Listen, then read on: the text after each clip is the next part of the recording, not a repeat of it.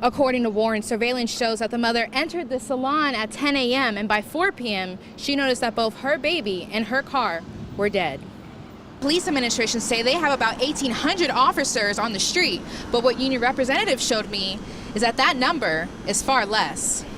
Imagine this hitting your head as a police officer just trying to do your job. White supremacists and counter-protesters clashed in Georgia long before the incidents in Charlottesville, Virginia. Both Karen Handel and Jon Ossoff are campaigning here in DeKalb County and parts of Cobb. In terms of the suspicious package incident, Handel feels particularly bad that her neighbors got dragged into it. A lot of people have been buying fireworks this year, but what many of them don't know is that they can shoot those fireworks until midnight.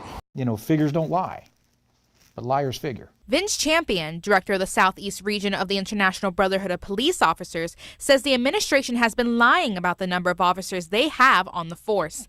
The administration says the number of sworn officers is 1,811, but Champion says the number of sworn officers is 1,606.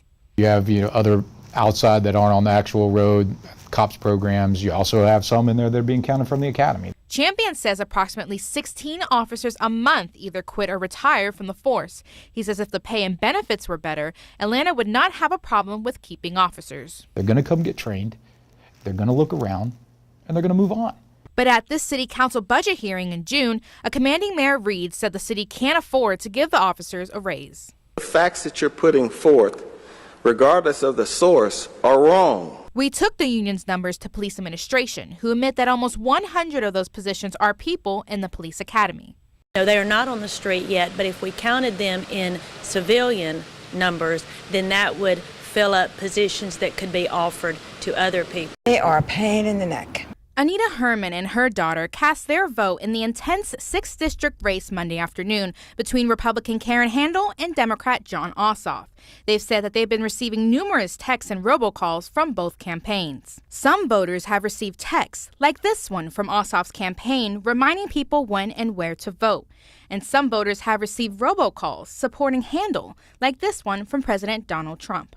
Liberal Democrats from outside of Georgia are spending millions and millions of dollars trying to take your Republican congressional seat away from you.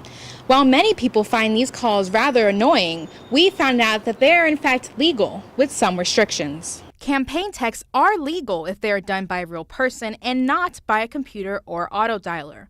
Robocalls are legal if they're sent to landlines and not personal cell phones. Well, the FCC has essentially determined that cell phones are pretty sacred to people. WSB legal expert Esther Panich says that FCC rules are enforceable and that violation of any of them can mean some pretty hefty fines. And in fact, violations range, the fines are about $16,000 for a violation.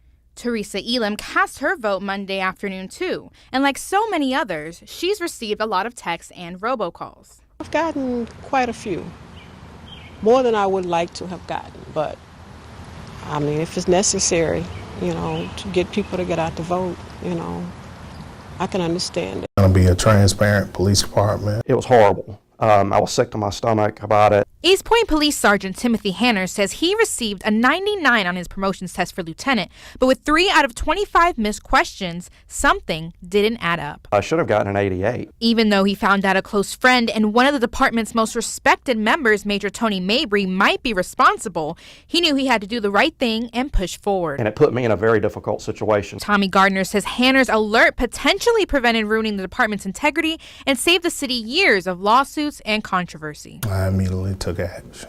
Chief says Mabry himself came forward and notified him of Hanner's concerns, and he ordered his internal affairs lieutenant to investigate Mabry. I know Major Mabry loved the city of East Point as I do, and I know he don't want to see the city go through this. The chief says Mabry was not supposed to be involved in the process of scoring the test, but changed the point value for each question from 4 to 4.5, which would allow more people to pass. A report says, quote, the allegation involves changing the grading system to increase the passing scores of favored employees. However, the chief says the allegation was never proved once Mabry retired before the investigation finished. His polygraph would have been scheduled for August the 11th.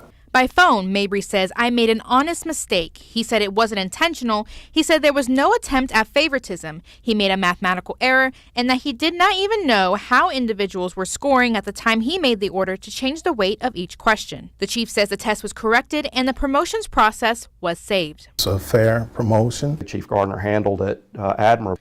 The Fulton County Board of Commissioners passed a resolution last week to address the increasing number of opiate-related deaths in the county. Channel 2 Action News investigative intern Maureen Sheeran looked into a new way for teens to get help with addiction. Police say a man they stopped on Georgia 400 admitted he was speeding to impress his friends on Snapchat.